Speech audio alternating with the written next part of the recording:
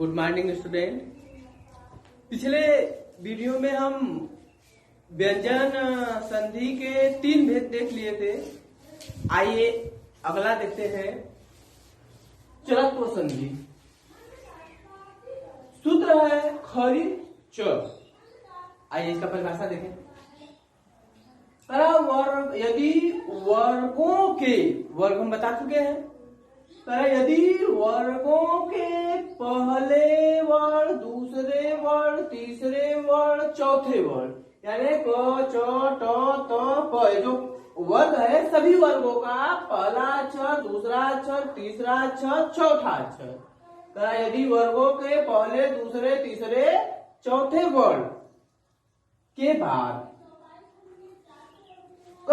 वर्ग का पहला या दूसरा वर्ण या स आता है, यानी यदि वर्गों के पहले, दूसरे, तीसरे, चौथे वर्ण के बाद, जैसे देखो यहाँ वर्ग का द जो है यह तीसरा है, वर्गों के पहले, दूसरे, तीसरे, चौथे वर्ण के बाद यानी प्रथम शब्द का जो अंतिम अक्षर है वह इसमें से कोई, और उसके बाद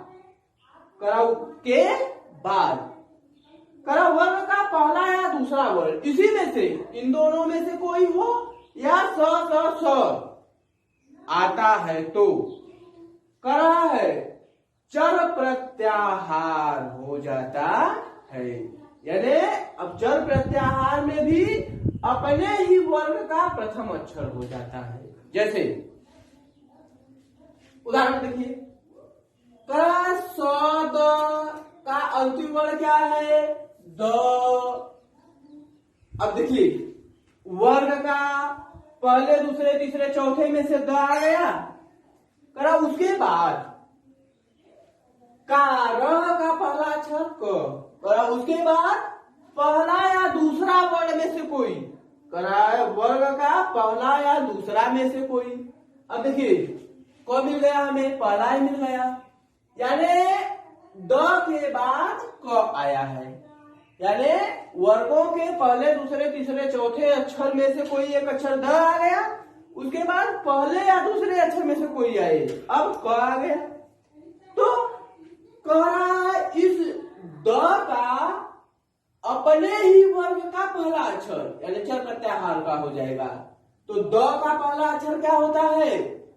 तो देखिए द का पहला अक्षर क्या होगा?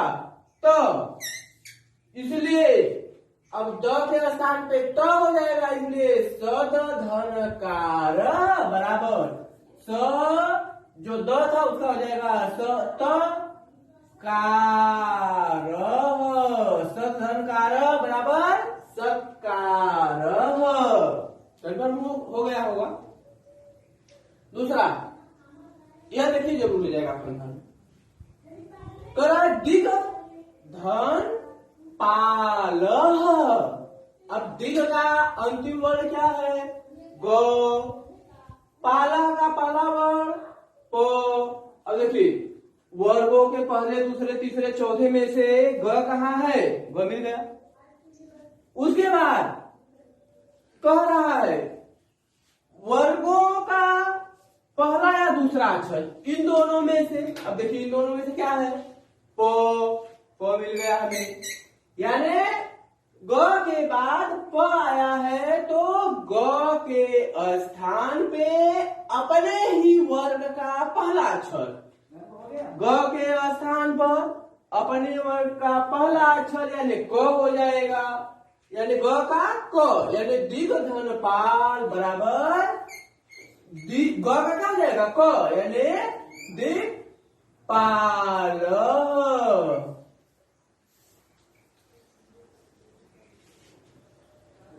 आगे तज धन छिवह।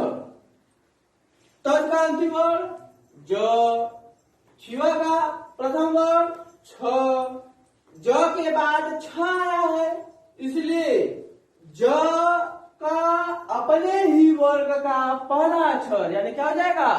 च, अब ज के स्थान पे क्या हो जाएगा? च, इसलिए तज धन छिव बराबर तछिव।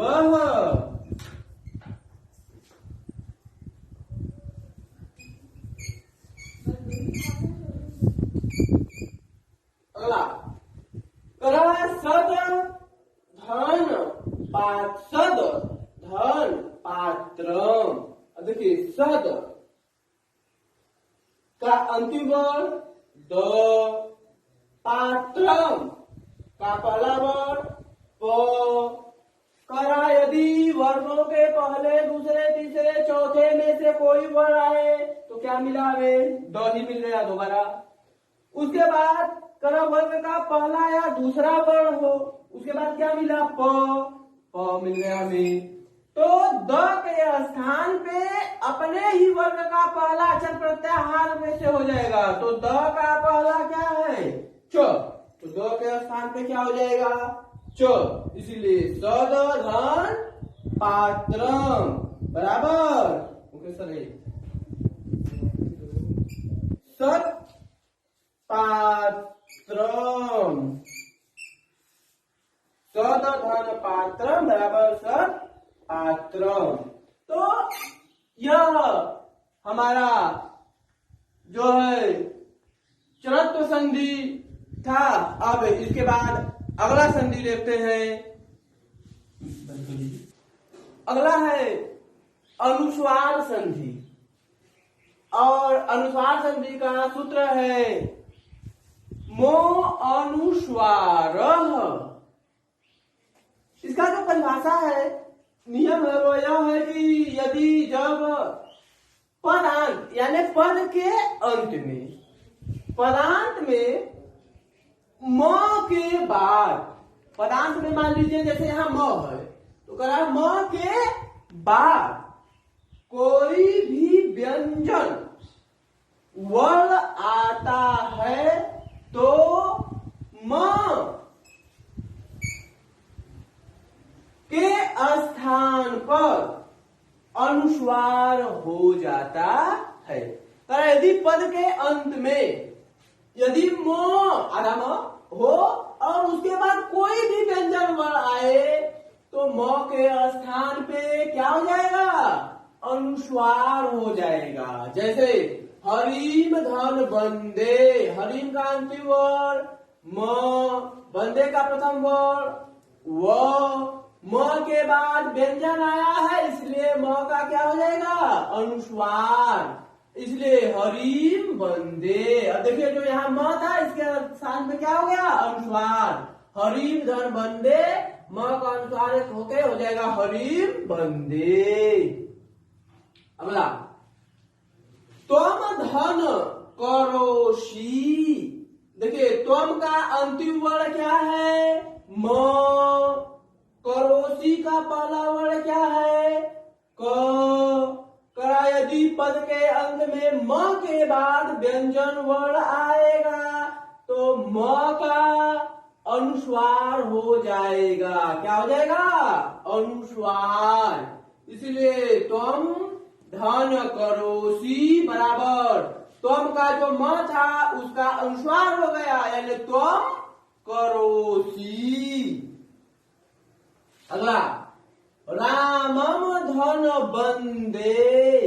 रामम का अंतिम वर्ण म, बंदे का पहला वर्ण व। करा यदि पद के अंत में म के बाद कोई व्यंजन वर्ण आए तो म के स्थान पर अनुस्वार हो जाएगा। इसलिए रामम धन बंदे बराबर अब रामम का म जो है वह अनुस्वार होकर हो जाएगा रामम बंदे, यानी राम के बंदे। इसी में एक चीज विशेष आपको बता दे, ध्यान दीजिए। विशेष करा यदि पदांत में यानी पद के अंत में, इसी पद के अंत में यदि म के बाद स्वर आए, व्यंजन ना आए, जो यहाँ व्यंजन आ रहा था वो क वो, इसके स्थान पर यदि स्वर आए, करा पदांत में म के बाद स्वर आने पर स्वर के आने पर म का अनुस्वार नहीं होगा, बल्कि वह जो स्वर होगा वह म में जुड़ जाएगा। यदि पद के अंत में म हो, उसके बाद यहाँ व्यंजन न हो बल्कि स्वर हो, तो यह स्वर अनुस्वार नहीं होगा, म का अनुस्वार नहीं होगा स्वर आने पे, बल्कि यह जो स्वर होगा वह इसके साथ जुड़ जाएगा। यदि यहाँ व्यंजन होगा तो इस म का अनुस्वार हो जाएगा, लेकिन अगर यहाँ स्वर होगा तो यह स्वर इसमें क्या करेगा, जुड़ जाएगा। जैसे रामम धन अगच्छत। अब देखिए रामम का अंतिम वर्ण म प्लस अगच्छत का प्रथम वर्ण अ, म के बाद क्या आया है, स्वर आया है, इसलिए यह म अनुस्वार नहीं होगा, इसके बाद स्वर है तो करा पद के अंत में म के बाद स्वर आने पर म का अनुस्वार नहीं होगा, बल्कि वह स्वर उसमें जुड़ जाएगा। तो म के बाद स्वर है तो यह अ इसमें जुड़ जाएगा, यानी रामम धन अगच्छत और इसमें जुड़ेगा तो हो जाएगा रामम, जो म आधा था वह पूरा हो गया, क्योंकि अ इसमें आएगा तो जो यह हलंत था यह पूरा हो गया, रामम गच्छत। दूसरा जलम धन आने।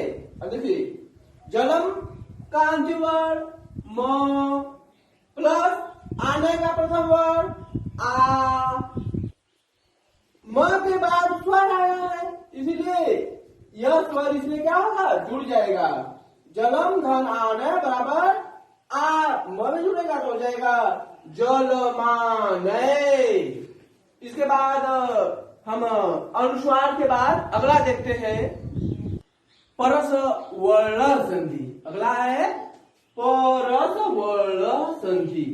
सूत्र है इसका अनुस्वारस्य ययि परस वर्ण, अनुस्वारस्य ययि परस वर्ण। परिभाषा लिखिए, उसका व्याख्या क्या होगा। करा यदि जब पद के मध्य में स्थित अनुस्वार के बाद, करा पद के मध्य में स्थित अनुस्वार के बाद यह प्रत्याहार, यह प्रत्याहार में क्या आता है, स्पर्श और यरल व। करा यदि पद के मध्य में स्थित अनुस्वार के बाद यह प्रत्याहार आए तो, अनुस्वार के बाद यह प्रत्याहार आए तो अनुस्वार के स्थान पर सदैव उस वर्ग का पंचम वर्ण हो जाता है।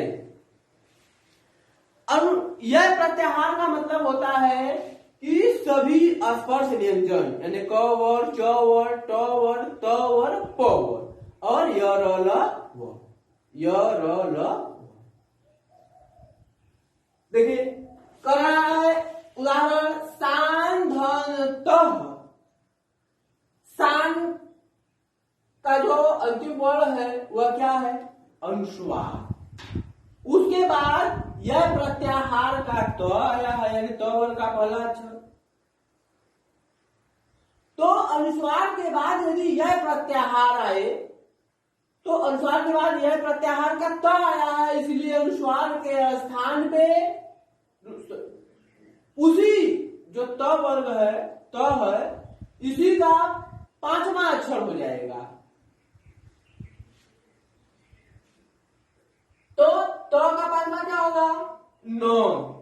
इसलिए सान धन त बराबर शांत। ध्यान दीजिए त का पांचवा वर्ण होगा, लेकिन किसके स्थान पे, अनुस्वार के स्थान पे। फिर से समझिए, करा शान का अंतिम वर्ण अनुस्वार और उसके बाद त का पहला वर्ण तो। करा अनुस्वार के बाद यदि यह प्रत्याहार आए तो यह प्रत्याहार का जो वर्ण रहेगा उस वर्ण का पांचवा वर्ण, यानी पांचवा क्या होगा? न, लेकिन होगा किसके स्थान पे? अनुस्वार पे, यानी शांत दंत बराबर शांत, अनुस्वार के स्थान पे न हो गया। अगला अंधन चित, अन का अंतिम वर्ण अनुस्वार, चित का पहला वर्ण च। अब इस च का पांचवा वर्ण क्या होगा? इय, यानी अनुस्वार के स्थान पे यह प्रत्याहार का जो वर्ण आएगा उसी का पांचवा वर्ण, यानी च का पांचवा क्या होगा? च छ ज झ इय। अब अनुस्वार के स्थान पे इय हो जाएगा, इसलिए अंधन चित बराबर अंचित। अब जो अनुस्वार था उसके स्थान पे क्या हो गया? इय। इसी प्रकार से अंधन कित बराबर अंकित। अगला कुंठित, कुन का अंतिम वर्ण अनुस्वार, उसके बाद छिट का पहला वर्ण ठ, तो ठ का पांचवा वर्ण क्या होगा? ट ट ड ढ अड़। अब अड़ा जो है वह अनुस्वार के स्थान पर जाएगा, इसलिए कुंधन चित बराबर कुंठित। देखिए अनुस्वार के स्थान पे यहाँ क्या हो गया? ठ। आगे गण धन ता, अब देखिए गण का अंतिम वर्ण अनुस्वार और इधर यह प्रत्याहार का त आ गया, इसलिए त का पांचवा वर्ण क्या होगा? त थ र ध न, यानी अनुस्वार के स्थान पे त का पांचवा वर्ण न हो जाएगा, इसलिए गण धन ता बराबर गंता, अनुस्वार के स्थान पे न। तो इसके बाद व्यंजन संधि यहाँ पे समाप्त होता है। अगले वीडियो में हम विसर्ग संधि देखेंगे। धन्यवाद बच्चों।